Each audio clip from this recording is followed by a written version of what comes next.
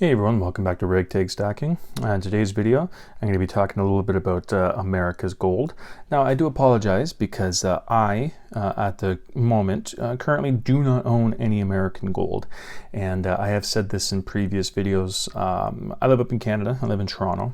So anything that isn't pure gold, 24 karat, 4/9 fine gold, you have to pay extra taxes on. So, something that falls into that category is the American Gold Eagles. So I don't have any at the moment, and that's not to say I will never have any. I might just, eat the premiums one time if I find a 1/10 or a 1/4 ounce available for purchase. But other than that, I'm completely fine with just picking up the 4/9 stuff. And, when my budget allows for it and I'm actually looking to pick up 1-ounce gold pieces, then, I could actually look at the American Buffalo, because the Buffalo is 4/9 fine, so I would not be paying extra taxes on that, even though with some of the prices that I see up here on the Canadian online bullion dealers, the gold Buffaloes are quite a bit more expensive than the gold Eagles. I've said it before, I wish that the Buffaloes did come in fractional sizes as well. I know they did for 1 year. I believe it was 2008 that they had fractional Buffaloes available, and I wish that was something that they continued on and did that annually, because I would definitely be picking those up.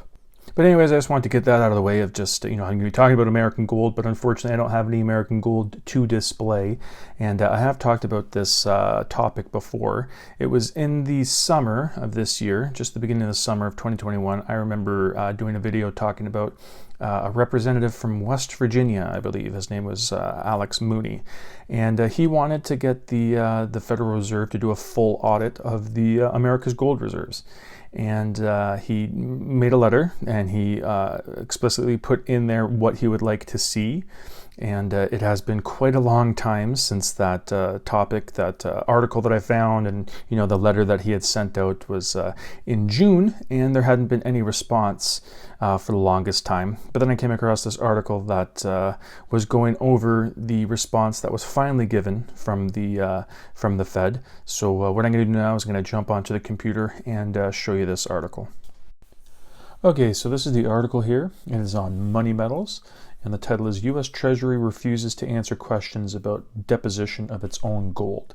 So it says, recent correspondence between U.S. Representative Alex Mooney from West Virginia and the U.S. Treasury Department suggests the department has given the Federal Reserve and International Monetary Fund unfettered control of a portion of the U.S. gold reserves. In a letter to Treasury Secretary Janet Yellen on June 9th this year, Mooney posed many questions about the U.S. gold reserves, which are owned by the Treasury. And this is my favorite part. This was, where was it? This letter to Janet Yellen was from June 9th, okay? And it says, a reply from the Treasury Department's Deputy Assistant Secretary for Appropriations and the Department's Office of Legislative Affairs. All right, let me try this one. Angel Nigaglioni was released this week. I love that. So the initial one was from June 9th, and the response did not come until this week. So we're talking, was it December 2nd? This is, so it's, from the summer into almost Christmas, and then they finally had a response. And of course, nothing much came from this response. So it says the U.S. Treasury declined to answer most of Mooney's questions, suggesting that the congressman instead pose them to the Fed and the IMF, though the gold belongs to the Treasury Department itself. So kind of just give them the runaround. Here's in particular the response that said the Treasury Department, I'm having trouble with that word today, sorry. Treasury Department won't say, there he is. Number one, how much gold is kept at the Federal Reserve Bank in New York? Number two, why Treasury gold is kept at the New York Fed. Number three, whether any of the Treasury gold at the New York Fed has recently been audited, assayed, or inventoried.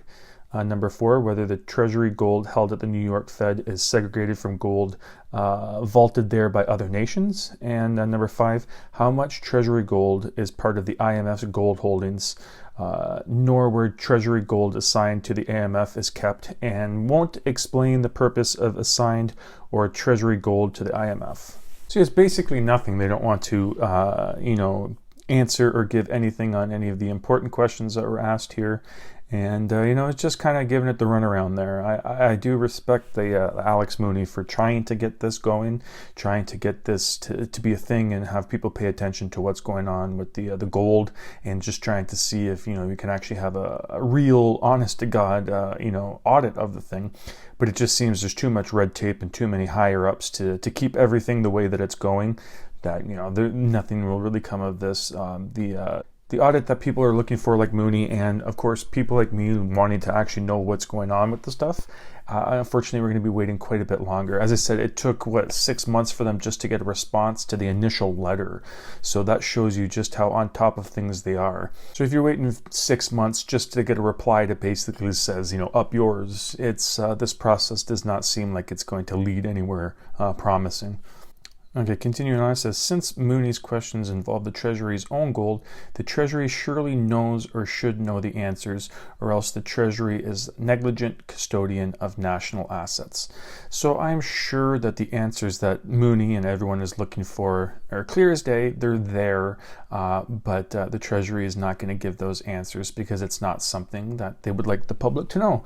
Obviously, it says that the Treasury won't answer Mooney's questions is more evident that it and the Federal Reserve are likely using U.S. gold reserves for surreptitious interventions in the gold market. So of course, again, a lot of this will not come to light. This is just being assumed given the the questions in general that were being asked, but also their refusal to respond to it. They could just easily, if nothing was wrong, answer the questions and then go on their day. But since it seems like they have, something to hide and they're refusing to ask questions, then, it just compounds the problem in the public eye. They'll say they do not want to answer these questions, and then people will start to speculate on, why won't they answer this?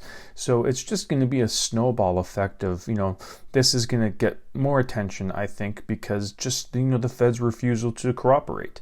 And if they had nothing to hide and they had everything was on the up and up and they weren't doing anything illegal, then I'm pretty sure they would have no problem doing this audit. But given all of the seeming roadblocks that have been put up here, given that it took 6 months to get a reply just to an initial letter, that they're going to be dragging their feet on this, and then the end result is ultimately going to be nothing.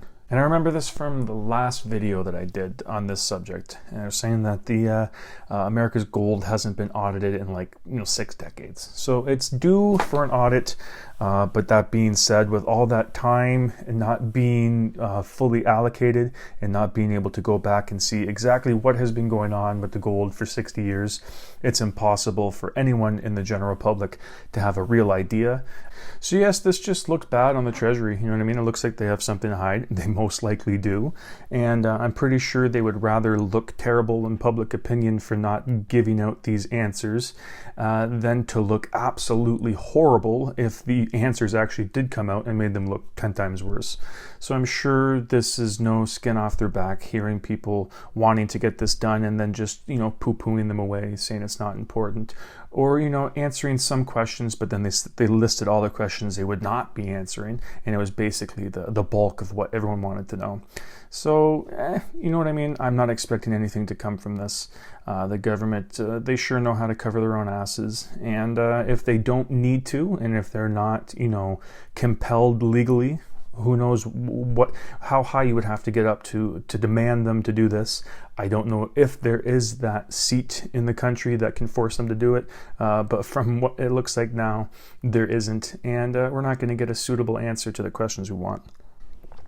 So there you go, there you have it. To the surprise of absolutely nobody, it took 6 months for the Federal Reserve to respond with basically no comment. You know what I mean? They didn't really give any meaningful responses to a lot of the questions that people wanted answered, especially that Alex Mooney has taken the time to make this one of his pet projects. He definitely seems like he wants to get to the bottom of this. But I'm assuming, he's just an up-and-coming, he's a congressman, and I'm assuming he does want to have a political career in the future. So it's good to just get this out in the open, to make it look, like he's fighting for the common person, to make it look like he really, really wants to get to the bottom of this. But, you know, if people come up to him and say, hey, you're kind of rocking the boat here, you're kind of causing some problems we don't want to deal with, I'm pretty sure he'll be backing off his stance very quickly. Just because, you know, politicians are politicians. You can make it look like you really care about something, but if another thing pops up that absolutely contradicts what you're doing here, or forces you to drop whatever you're trying to go after to advance your own political agenda, I'm pretty sure that's the case here. So I do like that Mooney is doing this while he can, while he's still kind of, you know, being allowed to.